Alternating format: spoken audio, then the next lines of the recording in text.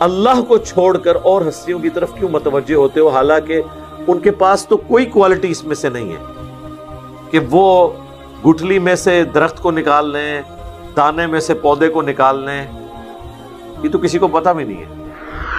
اعوذ باللہ من الشیطان الرجیم، بسم اللہ الرحمن الرحیم۔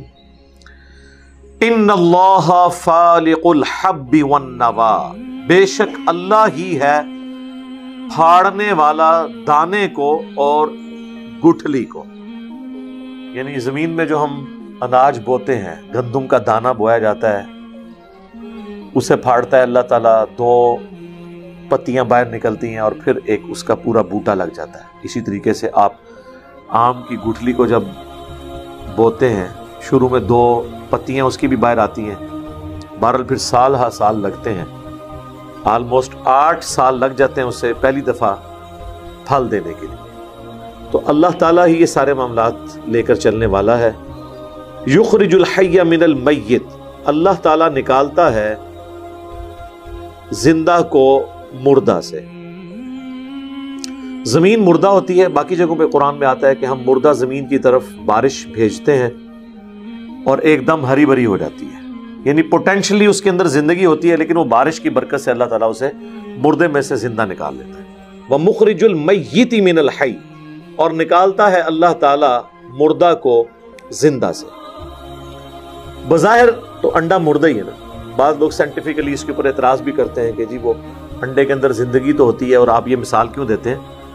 قرآن چونکہ لٹریچر کی زبان میں بات کرتا ہے، اگرچہ قرآن نے یہ مثال نہیں دی ہے، لیکن ہم سمجھانے کے لیے اپنی دنیا کی زندگی سے پریکٹیکل ایگزامپلس دیتے ہیں کہ انڈا بظاہر مردہ ہوتا ہے، اس میں سے چوزا نکل آتا ہے، مرغی زندہ ہے اور وہ بظاہر ایک مردہ چیز دیتی ہے، یعنی انڈا۔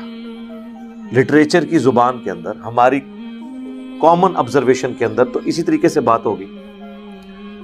تو زندہ میں سے مردہ، مردہ میں سے زندہ۔ اور اگر آپ اس کو ایتھیکلی دیکھیں تو کافروں کے گھر مؤمنین پیدا ہو جاتے ہیں، مومنین کے گھر کافر پیدا ہو جاتے ہیں، وہ بھی تو زندہ اور مردہ ہے نا۔ بخاری و مسلم دونوں میں حدیث ہے کہ اللہ کا ذکر کرنے والا زندہ کی مثل ہے اور اللہ کا ذکر نہ کرنے والا مردہ کی مثل ہے۔ ذکر تو پھر بعد کی چیز ہے نا، اس سے بڑی چیز ہے ایمان کی دولت۔ جو ایمان لانے والے ہیں وہ زندہ ہیں، جو ایمان نہیں لانے والے ان کو اللہ نے قرآن میں مردہ کہا ہے۔ سورۃ الانعام میں یہ آیت گزر چکی ہے کہ حق بات وہی قبول کرتے ہیں جو بات کو سن لیتے ہیں، اور مردوں کو تو اللہ تعالیٰ قیامت کے دن ہی اٹھائے گا۔ یعنی عقل کے اندھے جو بات کو قبول نہیں کرتے ان کو اللہ تعالیٰ نے مردوں سے تشبیہ دی ہے۔ ذالکم اللہ فانا تؤفکون، یہ ہے تمہارا اللہ، تمہارا رب، تو کہاں پھیرے جاتے ہو، کہاں بہہ کے جاتے ہو؟ یعنی جس رب کی یہ کوالٹیز ہیں اسے اپنا معبود مانو، اسے اپنا الہ مانو اور اسی سے ہی دعائیں مانگو۔